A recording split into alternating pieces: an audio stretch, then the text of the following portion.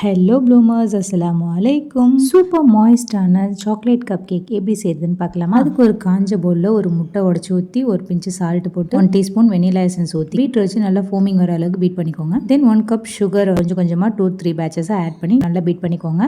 இன்னொரு சைடில் ஒரு 1/2 கப் மில்க் எடுத்து அதில் ஒரு 1/2 டீஸ்பூன் வினிகரை சேர்த்து பட்டர் மில்க் ரெடி பண்ணிக்கோங்க. Then 1 cup maida, 1/2 cup cocoa powder, 1 teaspoon baking soda இது எல்லாம் நல்லா சலிச்சு எக் மிக்சர் கூட கொஞ்சம் கொஞ்சமாக சேர்த்து கட்டிகள் இல்லாமல் கலந்து எடுத்துக்கோங்க.